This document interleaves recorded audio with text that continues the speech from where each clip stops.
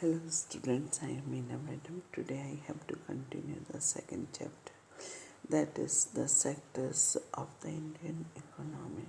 Today we have to study about the National Rural Employment Guarantee Act 2005, that is NREGA 2005. The second, sectors of an economy on the basis of nature of employment and ownership. Third is how to create job opportunities in rural and urban area. So let us start with NREGA 2005. In fact, NREGA 2005 ensures employment in rural area.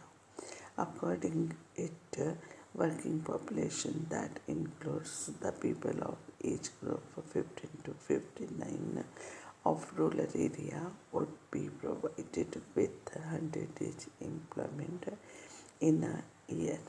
If government fails to do so, it will give unemployment allowance to the concerned people. That's why NREGA 2005 is known as the right to work. Now next we have to see the sectors of an economy on the basis of nature of employment. On this basis, an economy can be divided into two sectors. First one is organized sector and second is unorganized sector. First we have to see organized sector. Organized sector consists of those enterprises which are registered by government and have to follow various rules and regulations. For example, HGC, MECON, etc. Now we have to see what are the features and merits of an organized sector. So features are, first one, there is the security of employment in organized sector.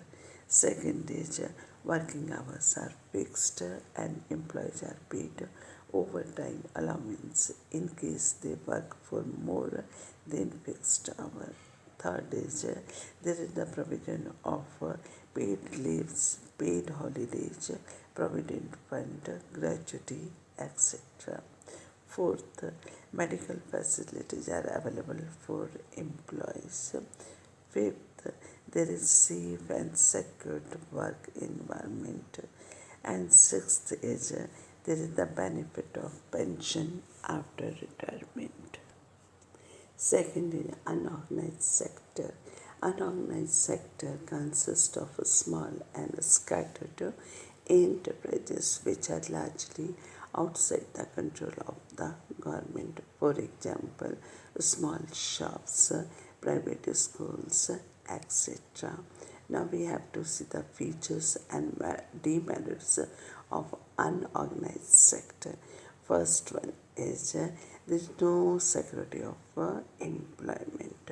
Second is working hours are not fixed. There is no provision of overtime allowance.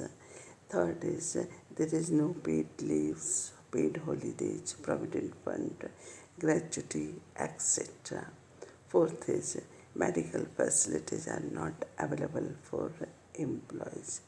Fifth is employees do not get safe and secure work environment. And sixth is there is no benefit of pension after retirement. Now we have to see the sectors of an economy on the basis of ownership. So on this basis, an economy can be divided into two sectors. First one is private sector, second is public sector. Private sector consists of all those enterprises which are owned and managed by private capital and enterprises. For example, Reliance, Big Bazaar, etc. Second is public sector. It consists of all those enterprises which are owned and managed by the government. For example, HSC, MECON, etc. Now we have to see what are the differences between private and public sector. Now the very first one is whereas private sector is owned and run by individual or companies, public sector is owned and run by government or its agencies. Second is private sector is profit oriented industry, means its main purpose is to earn profit, whereas the public sector is need-based industry. It means public sector is established wherever there is the requirement to provide employment and development of that region. Third is private sector produce goods mainly for external market, whereas public sector produce goods for meeting the needs of population. Fourth is in private sector there is no job security, but in public sector job security, retirement benefits, allowance, medical facilities are available. And last is private sector provide good salary, but uh, it is based, it is target based. It means they cut the salary when target is not achieved, whereas in public sector there is no target based work in these industries. Now we have to see how public sector contributes to the economic development of a nation. So the first one is rapid economic growth. Its main objective is to increase volume. Volume means quantity. Quantity of goods and services in the economy, and it will increase national income and per capita income. Second is to create employment opportunities. Establishment of more production units generates more employment opportunities. Third is to set up key and basic industries. Public sector provide a foundation for future growth, and these industries need huge lump sum capital and long term to achieve their objective. So these industries are beyond the capacity of private sector. Fourth is balanced regional development. Private sector industries are set up in developed region. These promote regional inequalities, whereas public sector industries are established in backward areas and promote balanced regional development in the country. And last is, that is fifth, to promote equal distribution of income, whereas the aim of private sector is to earn profit, but the objective of public sector is public interest and public welfare. Now we have to see how to create employment in rural and urban area.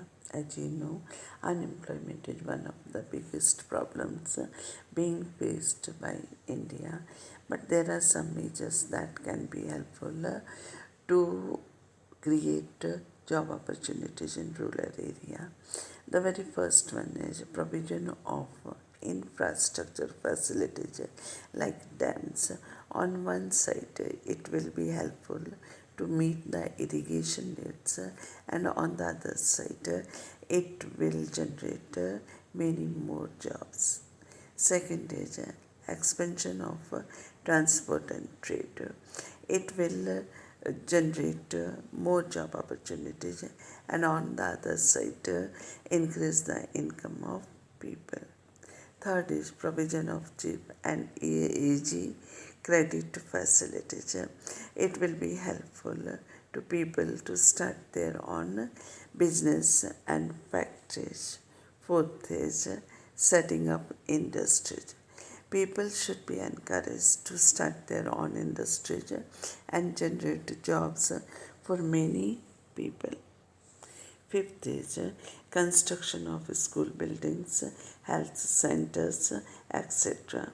These will be helpful to generate more job opportunities and contribute to human development. Sixth is promotion of activities like tourism, regional craft, etc. It would also generate more job opportunities. Here one question is arised that how can irrigation and marketing are helpful to increase employment and income.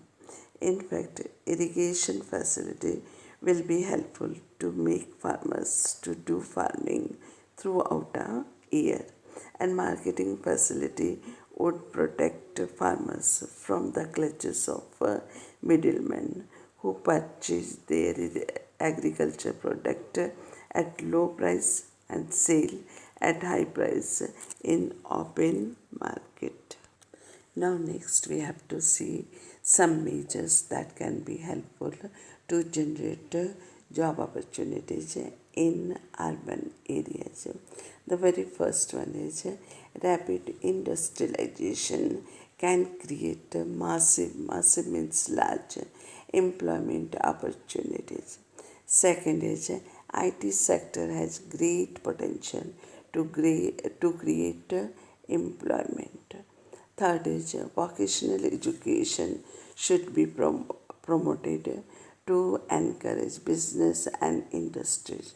Here, vocational education means basic and technical education to start and run a business or industries. Fourth is labor intensive small scale industries should be promoted. Here, labor intensive small scale industries means small scale industries where more and more labor is required. Fifth is the demand of different services will be increased as the income of people would be increased. So tertiary sector should be promoted. Now answer these questions. The very first one is workers are exploited in the unorganized sector. Do you agree with this view? Give reasons in support of your answer. Second is how are the activities in the economy classified on the basis of employment condition.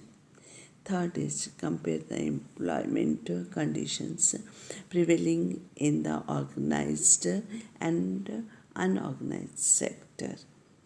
Next one is explain the objectives of implementing the NREGA 2005.